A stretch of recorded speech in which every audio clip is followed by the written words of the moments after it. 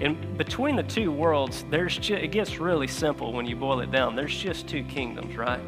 There's the kingdom of God, and then there's this kingdom called darkness. All right, so you've got one that's full of light, you got one that's full of darkness, but really the two boil down to one is completely full of love, because the definition of God is what? God is love. You got one kingdom that is just full of that. It's motivated by that. It makes decisions by that. It thinks about people like that. The only filter it comes through is love. The only motivating factor. But for anything that Jesus would say, the only motivation behind anything he would say is coming from a place of love. Even discipline comes from a heart of love.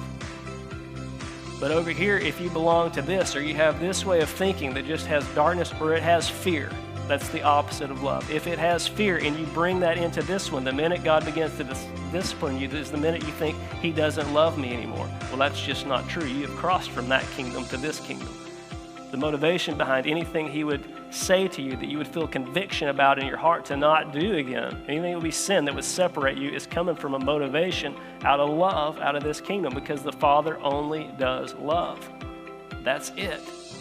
That's all it's full of. It's full of love. And he describes love to us in Corinthians. He talks to us about what that even looks like, the characteristics of that. It's patient, it's kind, it's long-suffering, it remembers no wrong, it keeps no record.